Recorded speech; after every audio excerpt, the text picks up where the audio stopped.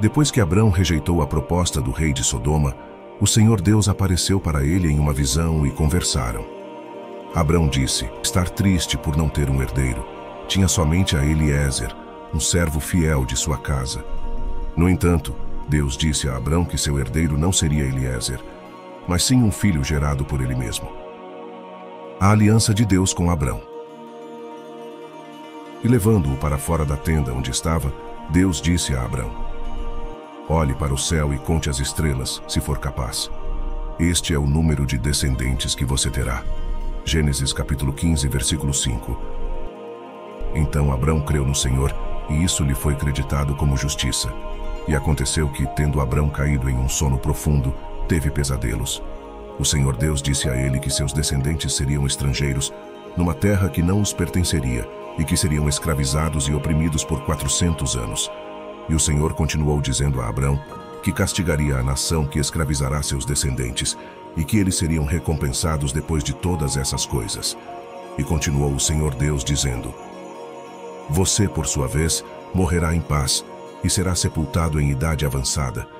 Depois de 4 gerações, seus descendentes voltarão a esta terra, pois a maldade dos amorreus ainda não chegou ao ponto de provocar meu castigo. Gênesis capítulo 15, versículo 15 e 16.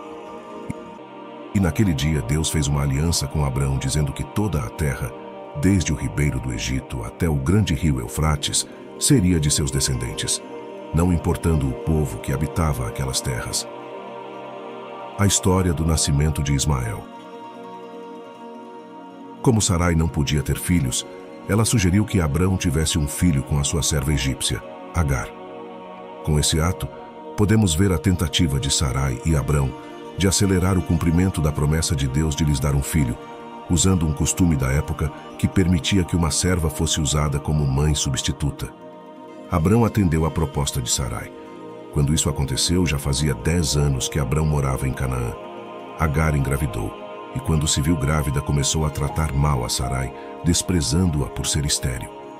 Sarai se sentiu ofendida e culpou Abrão pela situação. Ela pediu que ele julgasse o caso e fizesse justiça. Abrão, por sua vez, deixou que Sarai fizesse o que quisesse com Agar. Sarai a maltratou tanto que ela fugiu para o deserto. No deserto, Agar encontrou o anjo do Senhor junto a uma fonte. O anjo perguntou de onde ela vinha e para onde ia, e ela respondeu que estava fugindo de Sarai. O anjo então lhe ordenou que voltasse para sua senhora e se submetesse a ela. Ele também lhe fez uma promessa, que multiplicaria sua descendência de tal maneira que não poderia ser contada. Ele também lhe revelou o nome do filho que ela teria, Ismael, que significa Deus ouve. Ele disse que Ismael seria um homem indomável, que viveria em conflito com seus irmãos. Você está grávida e dará à luz um filho. Dê a ele o nome de Ismael, pois o Senhor ouviu seu clamor angustiado. Seu filho será um homem solitário e indomável, como um jumento selvagem. Levantará o punho contra todos, e todos serão contra ele. Sim, ele viverá em franca oposição a todos os seus parentes. Gênesis capítulo 16, versículos 11 e 12. Agar reconheceu que o anjo do Senhor era o próprio Deus, e chamou aquele lugar de o poço do vivente que me vê, Beer-Lahai-Roi. Agar teve um filho de Abrão, que lhe deu o nome de Ismael. E estava Abrão com 86 anos de idade quando Agar lhe deu Ismael. As mudanças que Deus instituiu. Deus aparece a Abrão, que tinha 99 anos nessa ocasião, e se apresenta como o Deus Todo-Poderoso. Ele renova a sua aliança com Abrão e lhe dá uma ordem: andar na sua presença e ser íntegro. Deus também muda o nome de Abrão para Abraão, que significa pai de uma multidão de nações, pois ele seria o pai de muitos povos, reis e nações. Deus promete dar a Abraão e a seus descendentes a terra de Canaã como possessão eterna, e ser o seu Deus para sempre. Deus escolheu Abraão para ser pai de uma grande nação por causa da sua fé e obediência. Deus viu em Abraão um homem que confiava nele e que estava disposto a seguir a sua vontade, mesmo sem saber o que o esperava. Deus fez uma aliança com Abraão e prometeu abençoá-lo, multiplicar sua descendência e dar-lhe a terra de Canaã. Deus também disse que por meio de Abraão, todas as nações da terra seriam abençoadas, pois dele nasceria o Messias, Jesus Cristo, o Salvador do mundo. Abraão é chamado na Bíblia de o pai da fé e o amigo de Deus, pois ele creu nas promessas de Deus e demonstrou a sua fé em suas atitudes. Deus também institui a circuncisão como o sinal da aliança entre ele e Abraão e os seus descendentes. Circuncisão é um procedimento cirúrgico que remove o prepúcio, a pele que cobre a glande do órgão genital masculino. É um termo oriundo do latim que significa cortar ao redor. A cirurgia de circuncisão vem sendo praticada por judeus e muçulmanos há mais de 5.000 anos. Todo homem da casa de Abraão deveria ser circuncidado ao 8º dia de vida, como marca da aliança.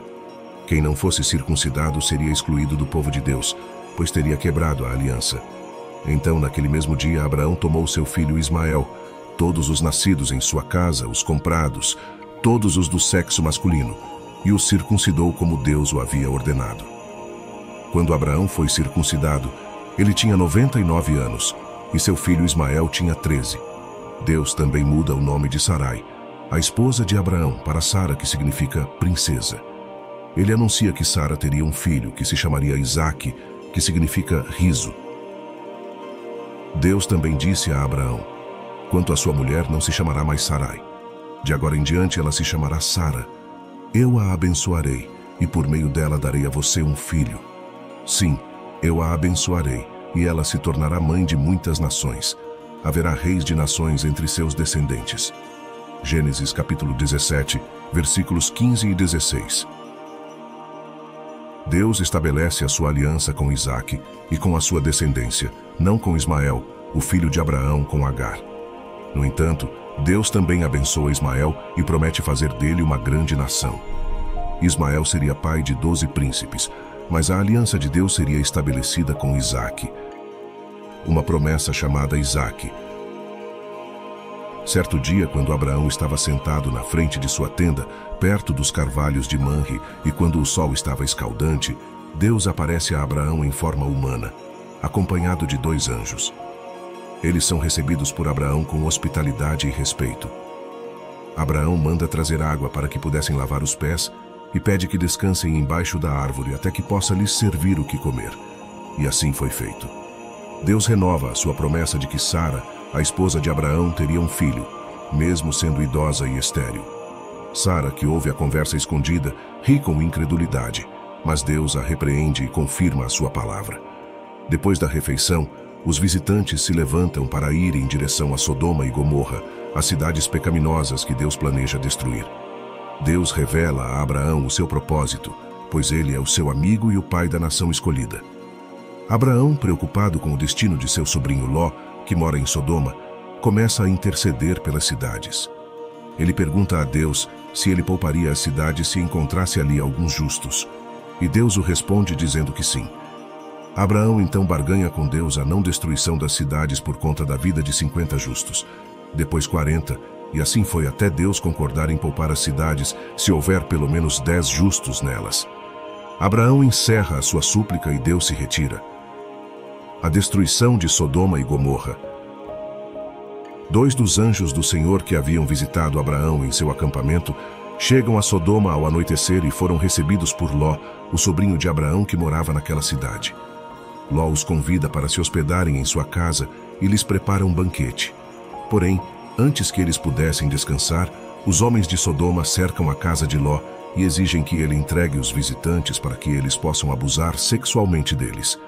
Ló tenta proteger os anjos e oferece suas 2 filhas virgens em troca, mas os homens se recusam e tentam arrombar a porta. Os anjos então ferem os homens com cegueira e impedem que eles entrem na casa. Os anjos revelam a Ló que eles foram enviados por Deus para destruir Sodoma e Gomorra e ordenam que ele fuja da cidade com sua família. Tendo Ló hesitado, os anjos o agarram pela mão, assim como sua esposa e filhas, e os tiram dali à força, os deixando fora da cidade. E isso se deu porque Deus teve misericórdia de Ló e sua família. Assim que os tiraram da cidade, um dos anjos disse a Ló: corram e salvem-se. Não olhem para trás nem parem no vale. Fujam para as montanhas ou serão destruídos.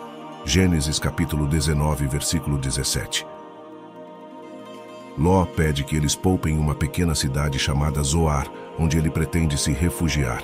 Os anjos concordam em não destruir Zoar e mandam que Ló se apresse. Quando Ló chegou a Zoar, o sol já havia nascido. Então Deus fez chover fogo e enxofre sobre Sodoma e Gomorra e as destruiu completamente, junto com todos os seus habitantes e toda a vegetação da região. A esposa de Ló desobedece à ordem dos anjos e olha para trás. Ela é transformada em uma coluna de sal. Abraão, que estava acampado perto de Hebrom, vê a fumaça subir do vale onde ficavam as cidades. Sodoma e Gomorra mais pareciam uma fornalha, tamanha grandiosidade da destruição. Abraão se lembra da sua intercessão por Sodoma e sabe que Deus ouviu sua oração. Deus também se lembra de Abraão e livra Ló da destruição. Ló chega a Zoar com suas filhas, mas teme morar ali.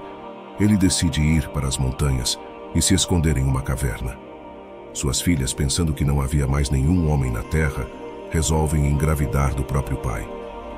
Elas embebedam Ló e se deitam com ele em noites consecutivas, sem que ele perceba. As duas filhas ficam grávidas e dão à luz 2 filhos, Moabe e Ben-Ami. Eles são os ancestrais dos Moabitas e dos Amonitas, 2 povos que se tornaram inimigos de Israel no futuro.